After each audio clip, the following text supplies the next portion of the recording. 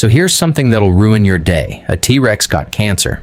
Not like one specific T-Rex we named and got attached to. Lots of them. We've found their fossilized bones with tumors still visible in the marrow. 70 million years dead, and you can still see where the cancer was eating through the bone. We've found it in dinosaurs, in ancient fish, in 240 million-year-old turtles. There's a mummified dinosaur in a museum in Montana with a tumor the size of a grapefruit, which means cancer isn't a modern disease. It's not caused by processed food or cell phone radiation or 5G towers or whatever your aunt is worried about this week. Cancer is ancient. It's older than mammals, older than flowers, older than trees. And here's the thing nobody really puts together. If cancer has been around for 600 million years, and evolution has had 600 million years to solve it, and it's still here, maybe the problem isn't that we haven't found the cure yet. Maybe the problem is that we're asking the wrong question. By the end of this video, you're going to understand why cancer exists, why every living thing made of more than one cell has to deal with it, and why the question isn't really why can't we cure it. It's why does being alive make cancer inevitable in the first place? Think about what we expect from medicine, right? You get sick, you take the thing, you get better. Infection, antibiotics, broken bone, cast, polio, vaccine. We've gotten really good at fixing the human body. We've doubled our lifespan in the last 150 years. We can replace hearts, reattach limbs, cure diseases that used to wipe out entire cities. But cancer? We've been waging a literal war on cancer since 1971. We've spent hundreds of billions of dollars. We've thrown our best scientists at it. We've had presidential administrations make it a centerpiece policy, and we still don't have a cure. We have treatments, some of them really good, but we don't have a silver bullet. We don't have a cancer vaccine you get at age 12 and never worry about it again. And if you go looking for explanations, you'll find a ton of them. Big Pharma doesn't want to cure it because treatment is more profitable. The cure exists, but they're suppressing it. We're just not trying hard enough. We need more funding. All of that is either wrong or missing the point. Because here's what actually makes cancer different from every other disease. Cancer isn't something that happens to you, like a virus or a bacteria invading from outside. Cancer is what happens when your own cells stop playing by the rules. It's not an infection. It's a betrayal. It's your body's cells deciding to go rogue, to abandon the social contract that keeps you alive. And that means the reason we can't cure cancer is the same reason you exist at all. To understand why, we need to go back. Way back. Before humans, before mammals, before dinosaurs. Back to the moment when life made the single biggest mistake it ever made. A mistake so catastrophic and so brilliant that everything interesting about life on Earth wouldn't exist without it. We need to talk about the day cells decided to cooperate. It's about 600 million years ago. Earth is an ocean planet, and that ocean is full of single-celled organisms. Bacteria, archaea, early eukaryotes, just little blobs of life floating around, absorbing nutrients, dividing in half when they get big enough. They've been doing this for almost 3 billion years at this point. It works. It's simple. Every cell is its own organism, responsible for itself, competing with every other cell for resources. But then something weird starts happening. Some cells, after they divide, don't separate. They stay stuck together. And at first, this is probably an accident, right? Cell division doesn't quite complete. The two daughter cells stay connected. Normally, that would be a disadvantage. You're stuck to another cell, dragging it around, sharing resources. But every once in a while, it's actually helpful. Two cells stuck together can be bigger, harder for something to eat. They can divide labor. Maybe one cell focuses on absorbing nutrients while the other focuses on movement. And if one of them gets damaged, the other can keep going. So now you have these little colonies of cells. Still pretty simple, but here's where it gets interesting. Over time, these cells start specializing. They start differentiating. One cell becomes really good at sensing light. Another becomes really good at digesting food. Another becomes really good at structure, just sitting there being tough and protective. And this is huge. This is the birth of complexity. This is how you eventually get things like fish and trees and fungi and eventually us. But there's a problem. Every single one of these cells still has the complete instruction manual for being a selfish, independent, single-celled organism.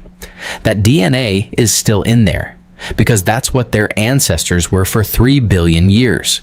Solo operators. And every single time one of these cells divides, which they're doing constantly to keep the organism growing and repairing itself, there's a chance that something goes wrong with the copying process. A mutation. Usually it's harmless. Sometimes it's bad and the cell just dies. But every once in a while, the mutation breaks one of the control mechanisms that keeps the cell cooperating. The mutation tells the cell, forget the team. Grow, divide, spread. Take resources. Don't wait for signals from the other cells. Don't stop when you're supposed to. Congratulations. That's cancer. It's not a disease that evolved. It's a disease that became possible the moment multicellular life evolved. It's the price of complexity. It's what happens when one cell in a cooperative society decides to defect. And here's the thing. This happened immediately. We have evidence of cancer in some of the earliest multicellular organisms in the fossil record. The Cambrian explosion, that period about 540 million years ago when complex life really took off and diversified like crazy. Yeah, cancer was there too. We found it in trilobites, because you can't have one without the other.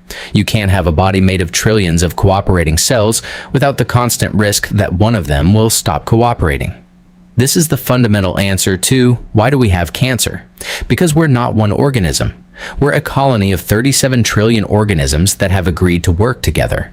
And any society, no matter how well organized, has to deal with the possibility of betrayal.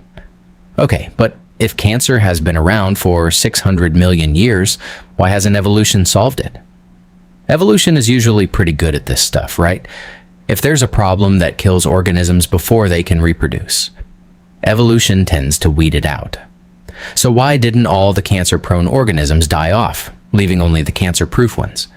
Well, here's the thing. Evolution did solve it. Sort of. We're really good at preventing cancer.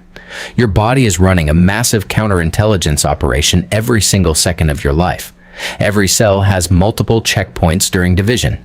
Literal protein machinery that checks for DNA damage and mutations. If it finds errors, it tries to repair them.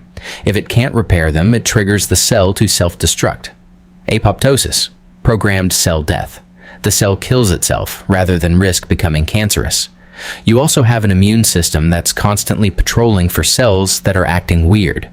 Cells that are dividing when they shouldn't. Cells that are ignoring signals. Cells that look like they're going rogue.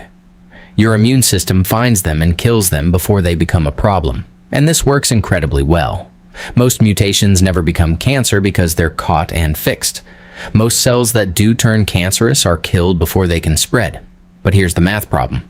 You have about 37 trillion cells in your body, and many of them are dividing all the time. Skin cells, gut lining cells, blood cells, hair follicles. Every time a cell divides, it has to copy about 3 billion base pairs of DNA. And even with all the error-checking machinery, mutations happen. It's a copying error rate of about 1 mistake per billion base pairs per cell division, which sounds good, 1 in a billion. Except when you're running trillions of cell divisions, 1 in a billion starts to add up. You are constantly generating cells with mutations. Most are harmless, many are caught and destroyed, but occasionally, rarely, one slips through. And then that cell divides, and maybe one of its descendants gets another mutation, and then another. Cancer usually isn't caused by one mutation. It's caused by a series of mutations, usually somewhere between 5 and 8 critical ones, that all have to happen in the same cell lineage. One mutation makes the cell ignore growth signals. Another makes it resist apoptosis. Another makes it able to trigger blood vessel growth to feed itself. Another makes it able to metastasize and spread. It's like a bank heist where the thieves need to get past 5 different security systems. Any one of them failing stops the whole thing. But if you run the heist a trillion times, eventually someone gets through all 5. That's cancer. It's a numbers game. And the reason evolution hasn't eliminated it is because eliminating it completely would require one of 2 things. 1, stop cells from dividing. But if cells don't divide, you can't grow, you can't heal, you can't replace worn-out tissues. You die. Or 2, make the DNA copying process absolutely perfect with such intense error checking that no mutations ever slip through. But that would slow down cell division massively, require enormous amounts of energy, and also kill you because you can't repair yourself fast enough. Evolution settled on a compromise. Make the error checking really good, but not perfect. Good enough that most organisms can survive long enough to reproduce. Because that's all evolution cares about, getting you to reproductive age and keeping you alive long enough to raise offspring. And for most of human history, that worked fine. Cancer is primarily a disease of aging. The longer you live, the more cell divisions you've run, the more chances you've had for that perfect storm of mutations. But for most of human history, most people didn't live long enough to get cancer. They died of infections, injuries, childbirth, starvation, predators. Your cancer prevention systems were built to get you to 35 and then shrug and say, good enough. But now we've beaten most of those other things. We have antibiotics, modern surgery, agriculture, shelter. We're living to 70, 80, 90. We're giving our cells decades more time to accumulate mutations. We've hacked our lifespan, but we haven't hacked the fundamental cellular math. And that's why cancer rates have gone up. Not because modern life is more toxic, though some things don't help, but because we're living long enough for the math to catch up with us. Here's the other problem, and this one's even more fundamental. Cancer evolves. Because natural selection doesn't just work on organisms, it works on cells. When you treat cancer with chemotherapy or radiation, you're creating a selection pressure. You're killing off the cancer cells that are vulnerable to the treatment. But if even a few cells have a mutation that makes them resistant, and in a tumor with billions of cells, some of them will, those resistant cells survive, and then they divide. And now you have a tumor that's resistant to the treatment. This is why cancer can come back even after treatment. This is why we have to use combination therapies, hitting the cancer from multiple angles at once, hoping we can kill it faster than it can evolve. But evolution is fast when you're dealing with billions of cells dividing rapidly. Cancer can evolve resistance to treatments in months, sometimes weeks. It's the same problem we have with antibiotic resistance in bacteria, except the bacteria are inside you and made of the same stuff you are. So here's where we actually are with cancer in 2026. We don't have a cure. We probably never will have a cure, singular, because cancer isn't one disease. It's hundreds of diseases. Breast cancer and lung cancer and leukemia and brain cancer are all completely different on a molecular level. Even two people with the same cancer, same organ, same type, can have tumors with totally different mutations driving them. Curing cancer would be like curing infection. We don't have one drug that cures all infections. We have antibiotics for bacteria, antivirals for viruses, antifungals for fungi. And even within those categories, we need different drugs for different bugs.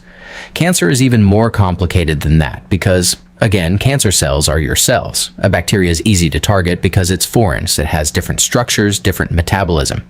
But a cancer cell is a human cell. It has the same proteins, the same receptors, the same basic machinery as your healthy cells. So anything that kills cancer cells really efficiently tends to also kill healthy cells. That's why chemotherapy has such brutal side effects. You're basically poisoning yourself and hoping the cancer dies before you do.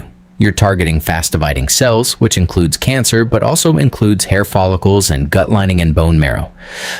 And this is important, we've actually gotten way better at treating cancer. We've moved from blunt instruments like mustard gas derivatives, which is what early chemo was based on, no joke, to targeted therapies, drugs that specifically target proteins that are overactive in certain cancers, immunotherapies that train your own immune system to recognize and attack cancer cells, CAR T therapy, where we reprogram your immune cells to hunt specific cancer markers. The 5-year survival rate for all cancers combined has gone from about 50% in the 1970s to almost 70% today. For some specific cancers, it's way higher. Testicular cancer used to be a death sentence. Now it's over 95% curable. Childhood leukemia is over 90%. We're not winning the war on cancer the way we thought we would, now with one magic bullet cure. But we're winning it the way you actually win complex problems, with 100 different tools for 100 different situations, personalized to the specific mutations in your specific tumor. We've stopped thinking about curing cancer and started thinking about managing it, turning it from an acute death sentence into a chronic disease you live with. The same way we manage diabetes or HIV, not cured but controlled. And honestly, that might be the best we can do, because the fundamental problem hasn't changed. Cancer is what happens when cells defect from cooperation, and as long as we're made of cells, that's a possibility we can't eliminate. Every single day, your body is generating potentially cancerous cells, and every single day your body is catching them and destroying them. The surveillance system is working. But it's not perfect. It can't be perfect. Perfect would be too expensive, too slow, too incompatible with being alive. So we live with the risk, the same way we live with the risk of infection, of injury, of all the other ways a complex system can break down. The difference is we're getting better at managing it when it happens. But here's the part almost nobody knows. Some animals barely get cancer at all. Naked mole rats live 30 years, which is absurdly long for a rodent, and basically never get cancer. Elephants live 70 years, have 100 times more cells than we do, and should mathematically have way higher cancer rates. But they don't. They have extra copies of a gene called P53, which is basically a tumor suppressor. More copies means better surveillance. Bowhead whales live over 200 years and almost never get cancer. We don't fully understand how yet, but they've clearly solved something we haven't. And this is where the hope actually is. Not in finding the cure for cancer, but in understanding how evolution solved it in other species. Copying their homework. Maybe we can figure out how to give ourselves some of those same protections. Extra error checking, better immune surveillance, more efficient DNA repair. We're not trying to eliminate cancer. We're trying to do what evolution has always done. Make the trade-offs better, keep the benefits of being complex, multicellular, long-lived organisms, but reduce the cost. Cancer is older than humanity. It's older than mammals, older than dinosaurs, older than trees. It's the price we pay for being more than just a blob of identical cells. But the price doesn't have to stay this high forever. If you want more stories about the weird evolutionary trade-offs that make us human, why we're the only animal that cries emotional tears, why we're so bad at sleeping, why we live way past our reproductive years, subscribe. Because almost everything about your body is the result of some ancient organism making a deal with biology, and we're still paying the interest. The universe doesn't owe us immortality, but it also doesn't stop us from getting better at the game.